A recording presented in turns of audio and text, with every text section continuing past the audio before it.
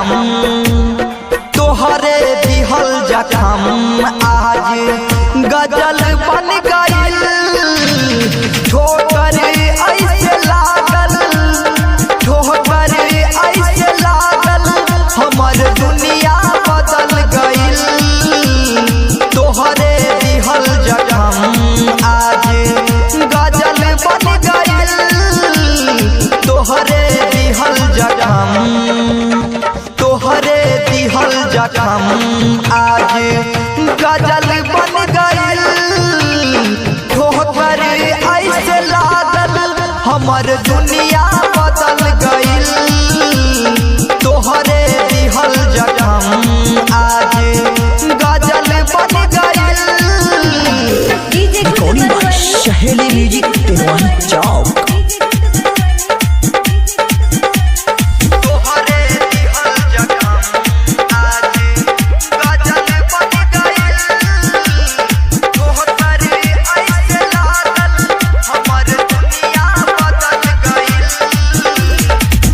जवानी के मस्ती में अल्लाह से बेखबर थी। पहले दफा मिली जब उनसे मिली नजर थी। जवानी के मस्ती में अल्लाह से बेखबर थी। पहले दफा मिली जब उनसे मिली नजर थी।